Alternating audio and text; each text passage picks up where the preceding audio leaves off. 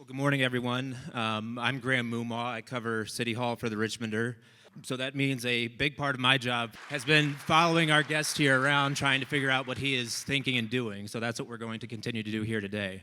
I think we want to try to get to as many of those slides as we can, but I think we would like to start with the story that is still very much at the top of our minds and the top of the headlines, and that's the water situation. I know that you have said that a lot of the nitty-gritty details are going to come out in the after-action report, the investigation you've promised. But I'm curious to hear your just initial takeaways based on what you know now. Is this a simple story about aging infrastructure in Old City? Is it a story about mismanagement and incompetence and people not knowing what to do with perfectly good infrastructure? Was it just a freakish series of events caused by the weather that couldn't have been avoided no matter what? Yeah, I think that, from what I know, I spent a lot of time on the ground in the plant and obviously have spent all of my time over the last week and a half in the process of crisis response.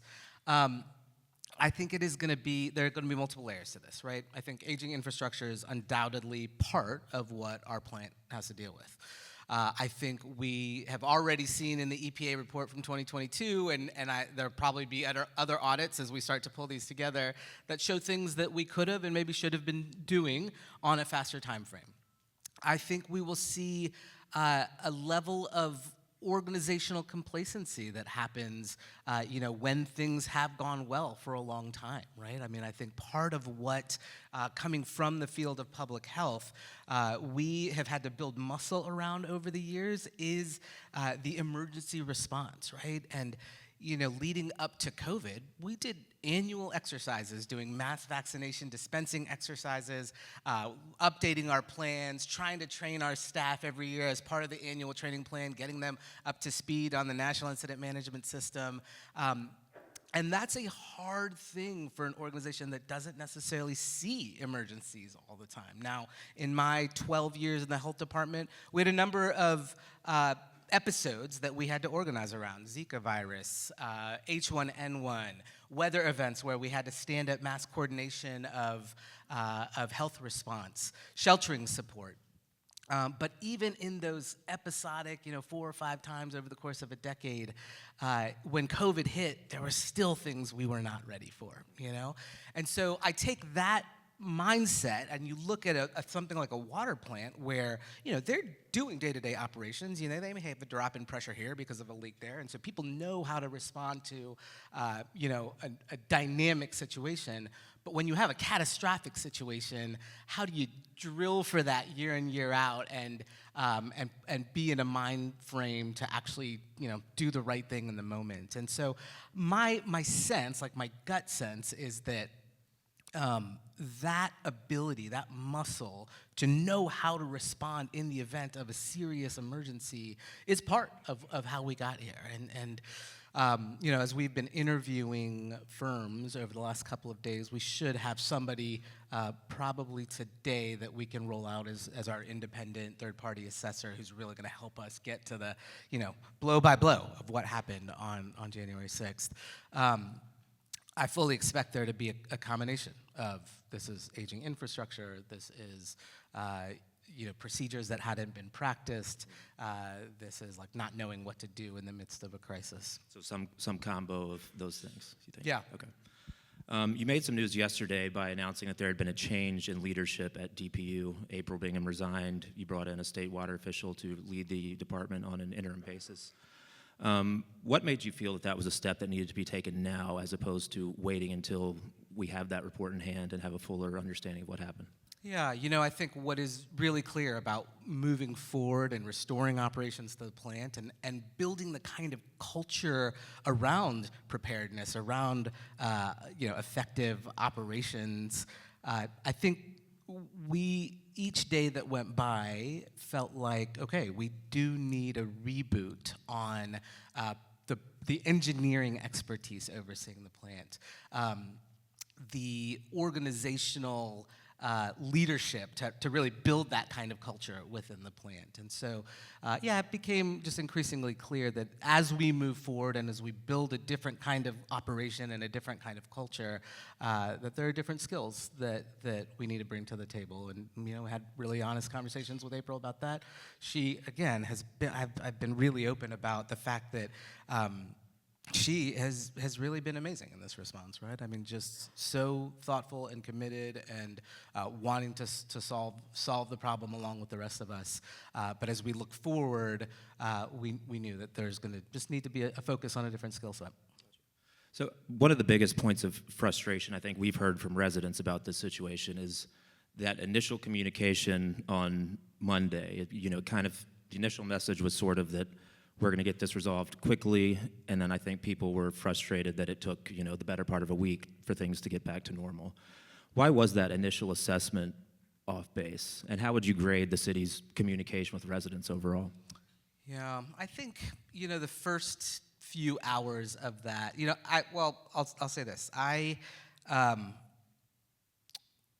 Monday afternoon at 1 o'clock, at some point in the morning, I got a call. They said, we have some concerns with the water plant, but we're managing pumps and filters. We're talking with the region. And so until we sat down at 1 o'clock and actually started to see the level of the reservoir start to fall, I think there was very much the sense that, okay, we have some pumps that are down. We're going to be able to maintain the operation. But when that reservoir started falling and each hour that went by that we weren't able to get pumps back online, there was this evolving understanding of, were we going to be able to come out of this on Monday or not? When we did sit down on Monday afternoon and we saw the reservoir falling, we saw that we hadn't gotten any pumps on despite having worked on it for a few hours.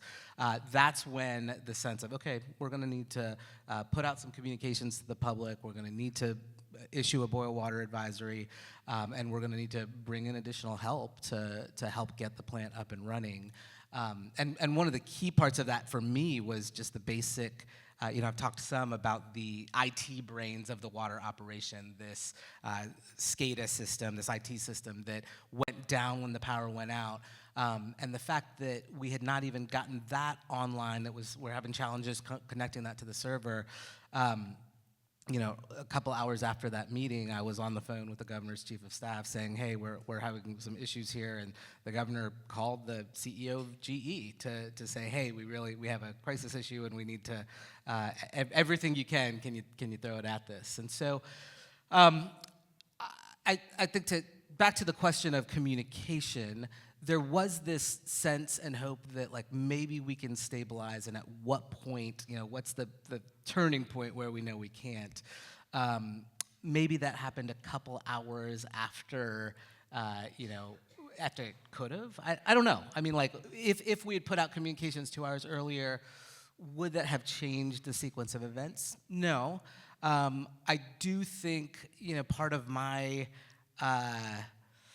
just way of being in the world is pretty sunny, pretty optimistic. And so I some of the criticism that I have heard was that, I should have been more just here are the facts, and I think it's something I'm going to have to learn, right? I think part of what my role was and part of what I think made me effective during the COVID season was this combination of being able to deliver factual information, but still give people a sense of there is hope, that we are coming out of this. And I think that's really important for the relationship that a mayor has to their city. It's really important for the way that a city communicates. And so, there's probably some fine tuning on the way that I will learn to present, because this won't be the last crisis that we run through as a city. But those are some initial thoughts. So I think a lot of people have been willing to give you some grace in this situation and not say this is your fault because you were, I think day 6 or 7 on the job. But I think there's a lot of people in town who are feeling a little less forgiving toward the previous administration. Do you think your predecessor is at fault for creating the conditions where something like this could happen? Yeah, I feel like this job, there's literally thousands of priorities that are coming at us. And I think there are really great things that have happened over the last 8 years for our city. I mean, and I imagine most people in this room would say that we are undeniably in a better place as a city than we were 8 years prior to that. And so, yeah, my focus and interest is not in grading the last administration, and I think it is that there's just a different area of focus. My campaign was about, we're going to do the basics right. Like, we're going to get the operations of government working well. We're going to be really thoughtful about the customer experience and customer service and this, and rebuilding this sense of trust that, okay, my taxpayer dollars are being well spent, and I'm actually getting what I need from my local government. That lens has definitely widened a bit after this last week. I think there, in addition to the basic operations and functioning of the day-to-day services, I think there's also this look at, okay, we're an old city. We have aging infrastructure. That now needs to come into really clear focus for us. And so part of what will come out of this experience is establishing a infrastructure council that is really looking system by system, IT systems, water, gas, all of the fundamental infrastructure that supports the city, looking at our past audits, and lining up new audits and really figuring out what do we need to do to avoid a situation like we've just lived through. Well, that's exactly the nice and diplomatic answer I was expecting, but had to take a shot. So you told the city council that you're expecting kind of a long-term regional conversation about how this can be avoided in the future. And because this situation, I think, kind of revealed just how interconnected the water system is between the city and the counties, I'm curious, do you see any possibility for something like a regional water authority where this would not just be a city-run facility where that is a single point of failure that could have such ripple effects for the entire region? Yeah, undoubtedly. I mean, I think there's the near-term urgency that all of our regional partners, their local elected bodies, I mean, the conversation that all of them have been having for the last week and a half is, we do not want to be dependent on Richmond, right? And so that will lessen over time as we get the plant back up and running like it should be, and we start to restore trust. But I think the fact remains that the fact that such a huge swath of our region was dependent on that singular water source is something that we should look at as a region, and that could be managed by a regional water authority. And we have multiple rivers. I mean, Chesterfield was in the fortunate situation that they could shift all of their water needs to the Appomattox as their primary source, and so they never really were impacted by this. I think that conversation will get more real when we start to talk about the dollars that it requires to build water infrastructure. I mean, you said it would cost north of a couple billion, yeah, billions of dollars. I was talking to somebody yesterday who said, for a real robust regional system, we're talking like $10 billion. And we'll have to scope it out, and each region already had some plans in place to build reservoirs and on kind of a 10 to 20 year time frame.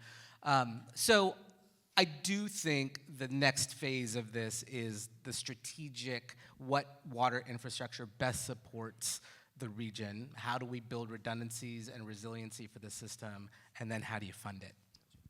So on the point of costs, I think there's been some misunderstanding. I've seen a lot of people saying, the city, why doesn't the city just stop spending money on all this other stuff and start spending money on water infrastructure?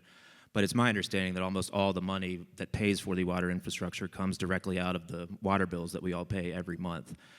If there is going to need to be a big new infusion of money into the water system, should we all be preparing to pay more for water on our monthly bills? Yeah, it's a good question, and I think we'll get there when we have to figure out how much reinvestment has to happen in this infrastructure and how much of that will be aided by the state and the feds and insurance, if that's an option, right? So I think my first approach here is, let's do the assessment and figure out how much of the existing stuff in the plant is going to be working, how much new stuff do we need to replace, pumps, filters, IT systems, et cetera, and then how much of that is recoverable through insurance, through state, and through federal. And then once we've really have some clarity about that, then we'll need to revisit, okay, what does the annual operating budget of this utility look like? There are other cities across the country that just have an annual increase, a standard 3% increase in their water bill every year, and it's expected, and their elected officials understand that, and it's just part of doing business. I don't know if we'll need to be looking at something like that or not. So I don't remember water being a super hot topic on the campaign trail last year, and I'm sure you came into office with an agenda in mind of the things you were going to focus on. But how has this start to your term, getting thrown right into the fire like this? How do you expect that to change your focus as you settle into this role? Yeah, I think one of the real silver linings of this happening so early on is it helps me understand how our team operates and how our team responds in a crisis. And I think there were things that I saw that were very encouraging and things that I saw that were very concerning. And so just on a basic, how is the city of Richmond as an organization, what are our priorities, how are we operating? I think a focus on building that emergency response, emergency preparedness culture will be front of mind. Again, when I was at the health department, we were doing tabletop exercises on a regular basis. We were upgrading our emergency operation plans regularly, and that probably happens in some departments of the city, but not as a whole. And so I think bringing that sense of how are we operating in the midst of a crisis. So that's an immediate thought. Second, as I've already said, a real comprehensive look at our existing infrastructure and pulling in the audits that have been done and reorganizing our strategic plan and priorities around some of those things. And that means that some of the things that on the campaign trail I was probably really interested in investing in might have to shift around because there's a finite bucket of resources. And so I think when we have done that deep dive on infrastructure, we'll weigh that against our other priorities of affordable housing and investing in schools. And we want to, and in many ways need to fund all of it. And I think a big part of increasing demands is finding increasing revenues. And so I don't think any of us talked really extensively on the campaign trail about economic development, but the reality is if we want to address housing affordability, if we want more money to invest in schools, if we need to upgrade IT systems, if we need to upgrade infrastructure, we need new revenue. And so economic development has to be front and center for us how do you actually get the dollars to do all the things an old city needs?